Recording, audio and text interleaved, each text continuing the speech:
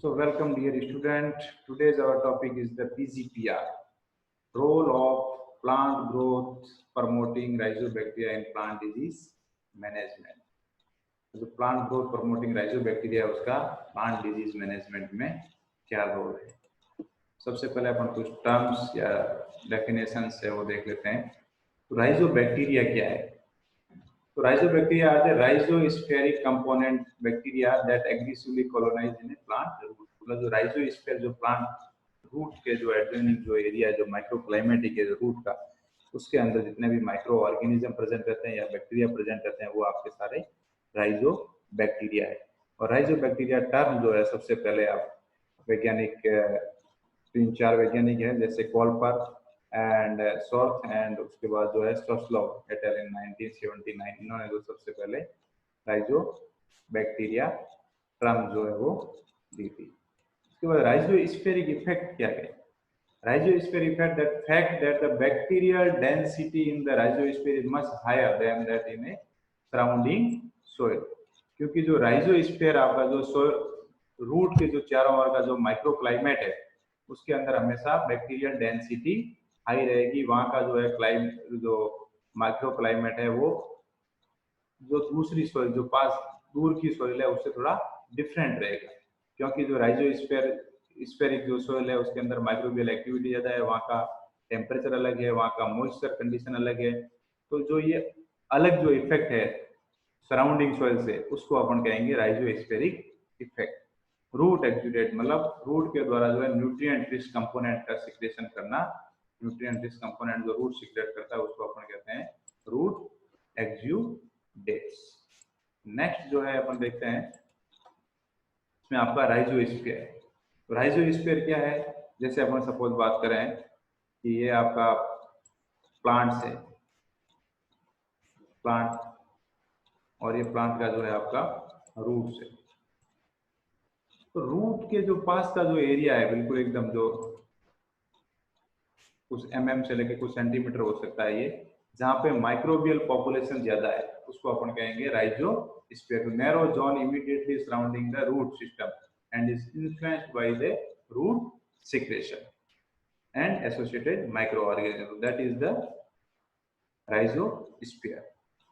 ये जो जोन रहता है जोन हाईली जो है influenced by the root in the soil and micro population जो density variety is always higher and complex in the rhizosphere. जो राइजोस्फीयर रहता है उसमें आपका माइक्रो ऑर्गेनिज्म की पॉपुलेशन हमेशा हाई रहेगी और बहुत प्रकार के माइक्रो ऑर्गेनिज्म रहेंगे, इसलिए ये कॉम्प्लेक्स रहेगा। दूसरा है कि जिस सोइल के अंदर माइक्रोबियल पॉपुलेशन ज्यादा है उसमें जो है डिजीज आने के चांसेस कम रहते हैं, बस उसको जो है अपन सप्रेसिव सोइल भी नाम दे सकते हैं। सप्रेसिव सोइल मतलब ऐसी सोइल जो कि डिजीज इंसिडेंस को कम करती हो या डिजीज को फेवर नहीं करती है, उसको अपन कहेंगे सप्रेसिव सोइल। इस प्रकार की सोइल के अंदर हमेशा डिजीज जो है एपिडेमिक फॉर्म में आने के चांसेस कम रहेंगे या फिर डिजीज एपिडेमिक फॉर्म में नहीं आएगा। दूसरा रहता है राइजोप्लेन। राइजोप्लेन मतलब रूट का सरफेस। राइजोस्फीयर मतलब जो है adjoining area of the root, but rhizoplane मतलब रूट का सरफेस। तो रूट की सरफेस बिल्कुल सरफेस के ऊपर जो माइक्रो ऑर्गेनिज्म है उनको जो अपन राइजोप्लेन के अंदर कंसीडर करेंगे। तो रूट सरफेस जो है आपका राइजोप्लेन कहलाएगा। इसी तरह जो है आपका अपन देखते हैं फाइलोस्फीयर क्या है। फाइलोस्फीयर मतलब आपका जो है वो प्लांट का जो है एरियल पार्ट में जो माइक्रो ऑर्गेनिज्म जो आपका लीफ के ऊपर है उनको जो है अपन कहेंगे फाइलोस्फीयर। तो the leaf surface is termed as the phylloplane. जैसे राइजोप्लेन रहता वैसे रूट की लीफ की सरफेस को अपन कहेंगे phylloplane and the zone on leaves inhibited by a microorganism is the phyllosphere. और जोन जहां पर माइक्रोब्स की पॉपुलेशन ज्यादा है लीफ की सरफेस पे उसको अपन कहेंगे फाइलोस्फीयर। और फाइलोस्फीयर टर्म जो है आपकी जे रूनेन ने 1961 के अंदर दिया था। दूसरा the most prevalent microbial inhabited in the, तो लीफ का सरफेस है वो आपका मोस्ट प्रोमिनेंट या सबसे ज्यादा जो माइक्रोबियल पॉपुलेशन पाई जाती है वो आपकी रूट की सरफेस पे पाई जाती है। दूसरी बात ये है कि ये बहुत प्रकार से जो है वो रेजिस्टेंस रहेंगे, क्योंकि सोइल जो है आपका उसमें जो है आपकी इन्वायरमेंटल फैक्टर जो है वो इतना इफेक्ट नहीं कर पाता सॉइल के इन्वायरमेंट को। लेकिन रूट जो लीफ जो है, लीफ सरफेस को जो है आपका, जैसे एयर का वेलोसिटी बढ़ गया, ठीक है, टेम्परेचर बढ़ गया, टेम्परेचर कम हो गया, आगे बात में, तो इस प्रकार से जो है वो आपका जो लीफ का जो क्लाइमेट है वो जो है ज्यादा वेरिएबल है as compare to root climate. तो जो लीफ की सरफेस पे जितने भी माइक्रो ऑर्गेनिज्म रहेंगे वो हमेशा आपके जो ज्यादा स्ट्रेस में या फिर जो है ज्यादा सेंसिंग इन्वायरमेंट के अंदर रहते हैं, तो ये जो है ज्यादा रेजिस्टेंस रहेंगे हर तरीके से। इसी तरह जो है आपका कैलोस्फीयर मतलब एरिया सराउंडिंग द स्टेम। इसी तरह जो एंथ्रोस्फीयर मतलब एरिया जो है वो आपका सराउंडिंग द फ्लावर रीजन, जो भी जो है स्टिग्मा एंथर्स। और कार्पोस्फीयर मतलब जो है आपका that area surrounding the fruits, या फ्रूट की जो है स्किन रहेगी, फ्रूट सरफेस रहेगी, उसको अपन कार्पोस्फीयर करेंगे। तो जो माइक्रो जो लीफ की सरफेस रहेंगे वो आपका जो डिजीज मैनेजमेंट में कैसे हेल्प करेगा, क्योंकि हमेशा जब भी प्लांट की लैंड पैथोजन की लैंडिंग होती है तो प्लांट की जो है सरफेस पे, जो लीफ सरफेस पे रहेगी, तो उस पर अगर ऑलरेडी पहले से आपके जो है वो बेनिफिशियल माइक्रो ऑर्गेनिज्म है, तो वो हमेशा जो है आपका आने वाले जो नए पैथोजन है उसके लिए जो है वो कॉम्पिटिशन करेंगे और डिजीज डेवलपमेंट को जो है वो रोकेंगे। So the exchange of a gases, gradation help in survival of a pathogen, क्योंकि लीफ की सरफेस पे जो है हमेशा moisture in form of A transpiration, otherwise जो है इन मॉर्निंग में अगर आप देखें तो जो है in form of A guttation, और माइक्रो ऑर्गेनिज्म को जर्मिनेशन के लिए हमेशा जो है आपका मॉइस्चर की जो है वो जरूरत रहेगी। तो ये मॉइस्चर जो है आपका प्लांट पैथोजन को भी फेवर करता है, प्लस जो है वो माइक्रो ऑर्गेनिज्म को भी फेवर करेगा। नेक्स्ट जो है अपन देखते हैं डायग्राम के थ्रू, अगर आप देखें तो इस प्रकार से जो है फाइलोस्फीयर और राइजोस्फीयर में जो है क्या डिफरेंस है, इजीली जो है आप समझ सकते हैं। जैसे अपन बात करें, ये आपका जो रूट सरफेस है, इसका जो है वो अगर आप देखेंगे तो ये जो रूट का जो बिल्कुल जो पास का एरिया उसको अपन जो है वो राइजोस्फीयर कहेंगे, और जो रूट की जो सरफेस है उसको जो है अपन क्या कहेंगे, राइजोप्लेन। यहाँ अगर डायग्राम में देखें आप इस प्रकार से, तो रूट का जो चारों ओर का जो माइक्रो क्लाइमेट है वो आपका जो है वो राइजोस्फीयर कहलाएगा।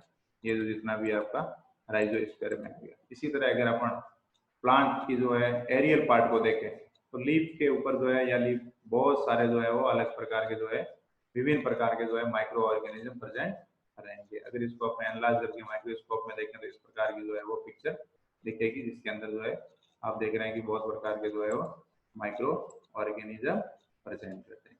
ये जो है वो डिजीज डेवलपमेंट को कम करते हैं, या जो आने वाला जो पैथोजन है उसको जो है इनहिबिट करेंगे।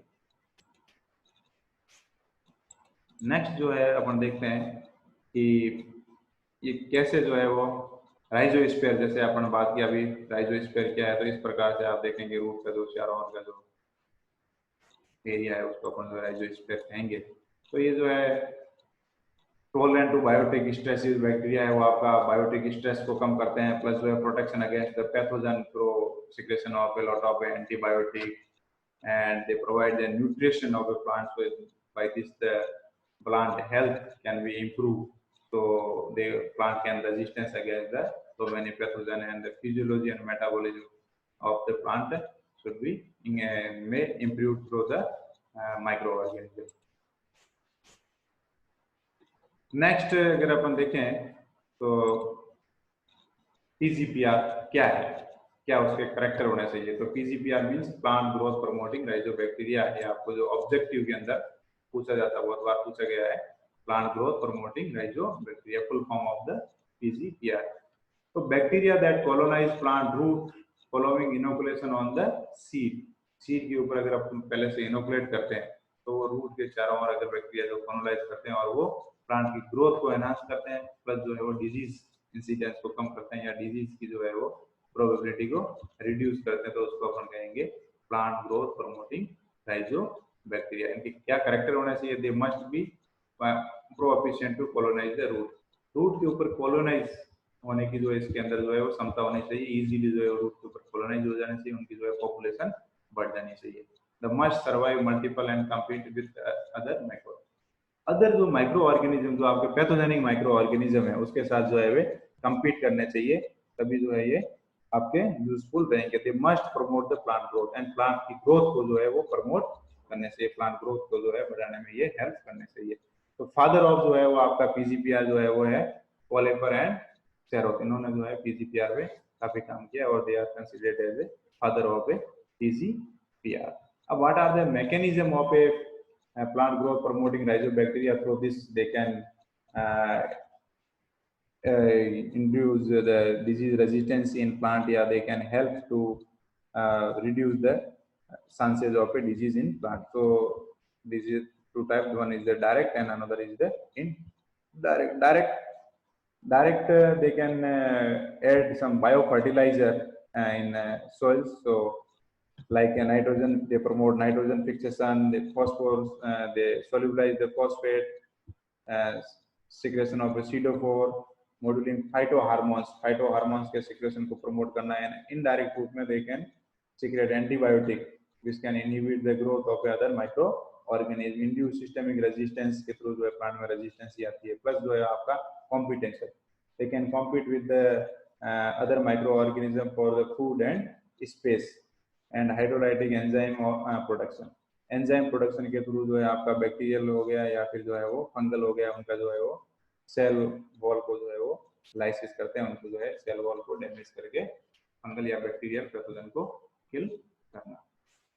यहाँ अगर अपन डायग्राम में देखें आप तो इस प्रकार से, जैसे फर्स्ट जो है अपन बात करें एंटीबायोटिक्स की, तो ये बहुत प्रकार के जो है रूट के चारों ओर कॉलोनाइज होंगे और ये एंटीबायोटिक का सिक्रेशन करते हैं। जो रेड में आपको दिख रहे हैं सारे एंटीबायोटिक्स, इसका मतलब ये कि दूसरा जो पैथोजन इसमें जो है अटैक करेगा अगर, तो वो जो है वो आपका एंटीबायोटिक सिक्रेशन की वजह से वो इसको रिपेल करेंगे, इस पे जो है डिजीज प्लांट में जो है आने के चांसेस कम रहते हैं। दूसरा रहता है आपका सिस्टेमिक एक्वायर्ड रेजिस्टेंस या इंड्यूस्ड रेजिस्टेंस। इसमें क्या है, जब मैंने आपको पहले लेक्चर में भी पढ़ाया था कि जो सिस्टेमिक एक्वायर्ड रेजिस्टेंस है वो आपकी पैथोजन के थ्रू इंड्यूस होती है, जबकि इंड्यूस्ड सिस्टेमिक रेजिस्टेंस है वो आपका नॉन पैथोजेनिक माइक्रो ऑर्गेनिज्म के थ्रू प्लांट के अंदर इंड्यूस होता है।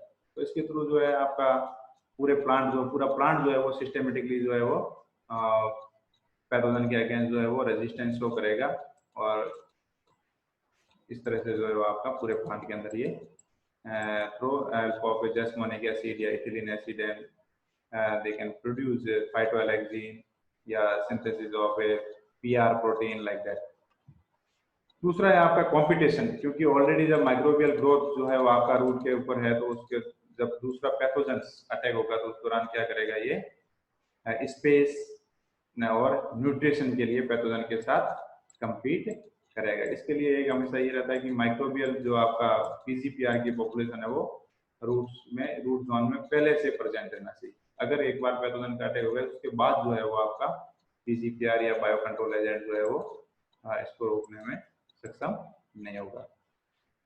तो अब अपन एक एक मैकेनिज्म की बात करें तो फर्स्ट जो है आपका डायरेक्ट मीन जो है वो आपका नाइट्रोजन फिक्सेशन। तो बहुत सारे जो है आपके माइक्रो ऑर्गेनिज्म या बैक्टीरिया, जैसे अपन बात करें राइजोबियम है, एजोस्पेरलियम है, तो राइजोबियम जो है आपका लीफ जो लेग्यूमिनस जो प्लांट है उनकी जो है रूट के साथ जो है वो सिम्बायोटिक रूप से नाइट्रोजन का एसोसिएशन करता है। उसी तरह आपका एजोस्पेरलियम है वो जो है लिविंग जो है फ्री लिविंग जो है वो नाइट्रोजन का फिक्सेशन करता है, सोरगम, मेज जो भी आपके ग्रेमिनीज जो भी सीरियल्स क्रॉप है उनके अंदर।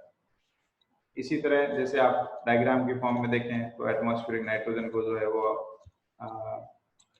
बैक्टीरिया जो है वो पौधा जिस फॉर्म में जो है नाइट्रोजन को एब्जॉर्ब करता है उसमें जो है कन्वर्ट करेगा। जैसे आपका अमोनियम की फॉर्म में आ गया है ना, उसको जो है वो नाइट्रोसोमोनास जो है वो आपका NO2 की फॉर्म में लेगा, क्योंकि प्लांट जो है वो आपका NO3 की फॉर्म में जो है नाइट्रोजन को एब्जॉर्ब करता है। ठीक है, तो नाइट्रोबैक्टर जो है वो NO2 को NO3 की फॉर्म में लेगा। कुछ जो सुडोमोनास जो बैक्टीरिया है, सुडोमोनास की वो जो है डीनाइट्रिफिकेशन भी करता है, वापस जो है वो जो सोइल में जो फिक्स नाइट्रोजन कंपाउंड है उसको जो है वो फ्री नाइट्रोजन या एटमॉस्फेरिक जो है नाइट्रोजन में कन्वर्ट कर देगा।